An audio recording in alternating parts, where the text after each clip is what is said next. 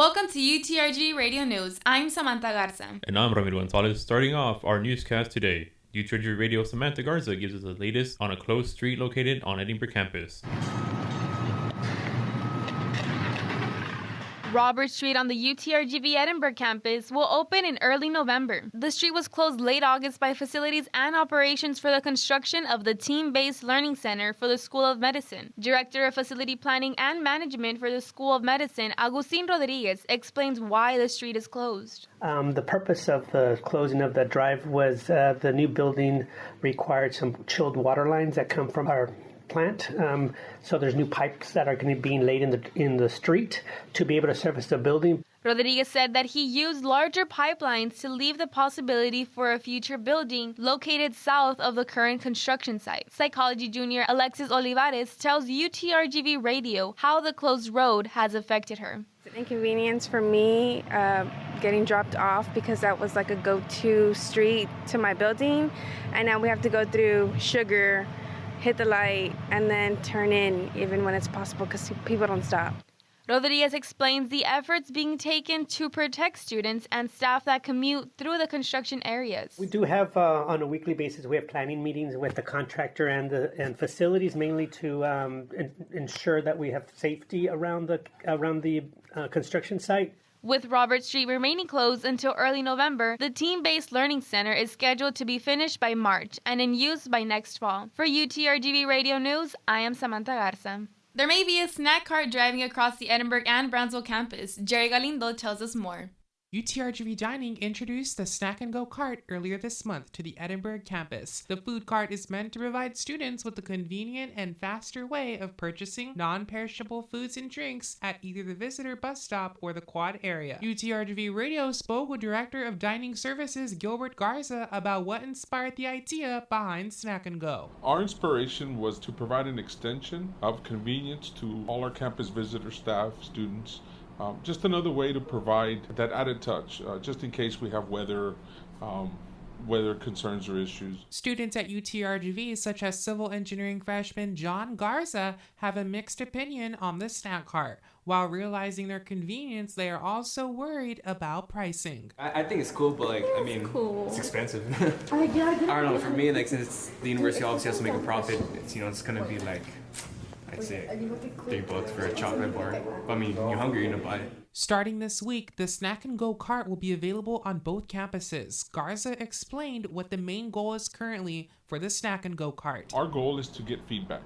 What can we provide in this cart? What kind of items are students looking for, faculty, staff, in regards to adding and taking away? Garza told UTRGV Radio that expandability of hot and chilled food items is currently in discussion, and that dining services will take as much feedback as possible from students as the semester continues. This is Jerry Galindo for UTRGV Radio News. Our very own Samantha Garza gives an update on UTRGV's accreditation.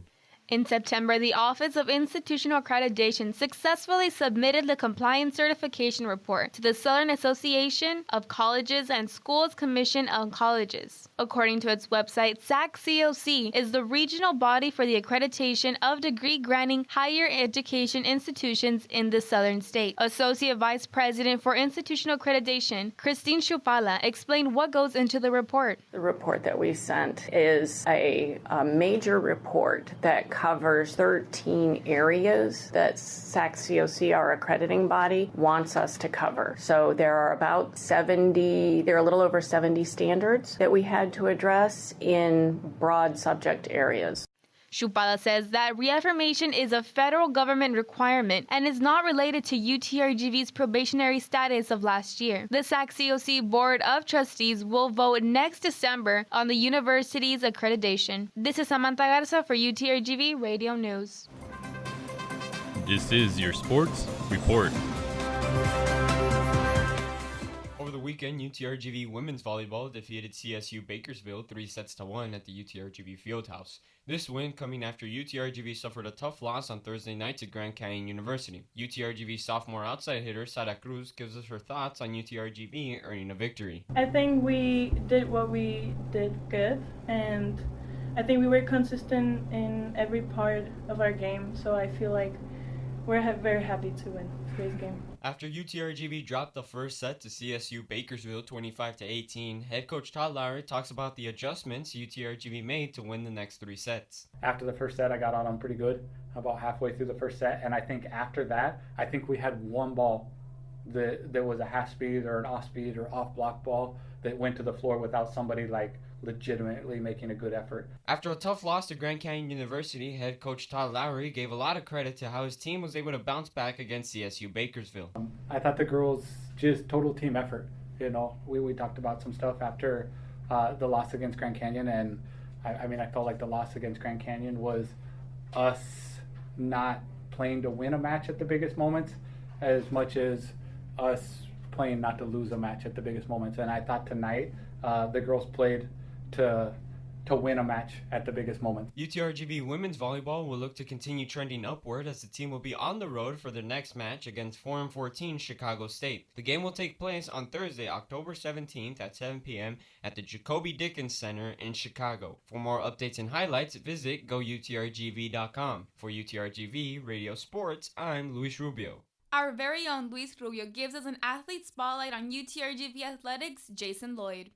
Michael Lloyd is a junior out of Corpus Christi, Texas, and currently playing for UTRGV men's tennis. Yet originally, UTRGV was not on Lloyd's radar until a friend told him about UTRGV men's tennis coach Dan Nelson. One of the girls that I used to train with when I was younger was on the team here, and she was like, "Oh, you should really go talk to the coach." Talking to Coach Nelson, and then after that, went on my official visit, everything, met all the guys, and then just decided it was the place to go.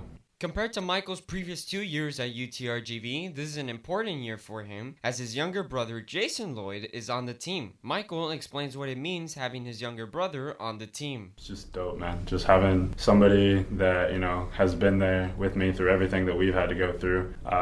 It's not always been the easiest for us, especially with tennis. And just, having that familiar face around is always good. So I'm excited for, just to have him on the team, to see him grow, see what he's going to do. Yet for Michael, having his younger brother on the team is also a learning experience and how to let go after years of training together. I've got to space myself out more because before college, me and him never had a coach, so it was just us. So it was mainly my responsibility, day in, day out. I was the one choosing the drills that we were going to do, scheduling practices, scheduling those practice matches. I took us to all of our tournaments. So I was I was his doubles partner, I was his best friend, I was his coach, I was everything. Now it's about me stepping back, making sure that, he's finding it on his own. UTRGV men's tennis next match of the fall season will be the Intercollegiate Tennis Association Regionals in Waco, Texas on October 25th, where Michael and Jason Lloyd will look to advance to the Oracle National Fall Championship. For this week's Athlete Spotlight on UTRGV Radio News, I'm Luis Rubio. Now, this week's weather report. Hello, Vaqueros. This is Samantha Garza with your RGV weather. We hope you enjoyed the cold front over the weekend. Fresh and mostly sunny conditions are expected today with temperatures sticking to the mid-80s and getting around the low 90s later today. We should expect similar conditions for the rest of the week. Expect some scattered showers this Wednesday and Thursday with conditions clearing for Friday and into the weekend.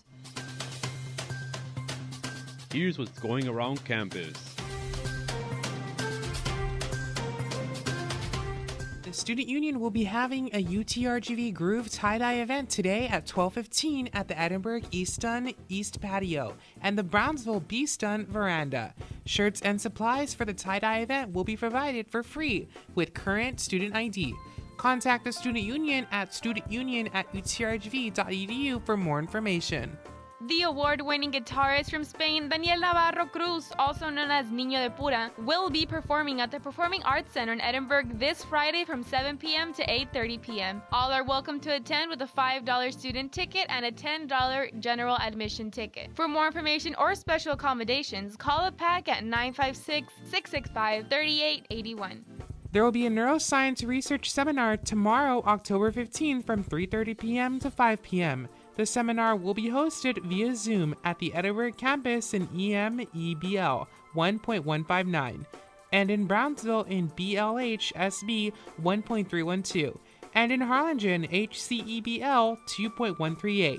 The seminar, Finding Support from the National Institute on Aging, will be hosted by Dr. Cerise L. Elliott. For more information, email mario.gill@utrgv.edu. Vaqueros UTRGV Madness kicks off at the Edinburg Fieldhouse this Friday at 9 p.m. The event set to introduce the UTRGV men's and women's basketball teams and feature a student-wide organization dance. There will be music, prizes, and giveaways to all that attend. Contact UTRGV Athletics for more information at give@utrgv.edu. And that's all for this week's UTRGV Radio Newscast. If you have a story idea, contact us at radio@utrgv.edu. The code is SCREAM from all of us here at UTRGV Radio News. Thank you for listening.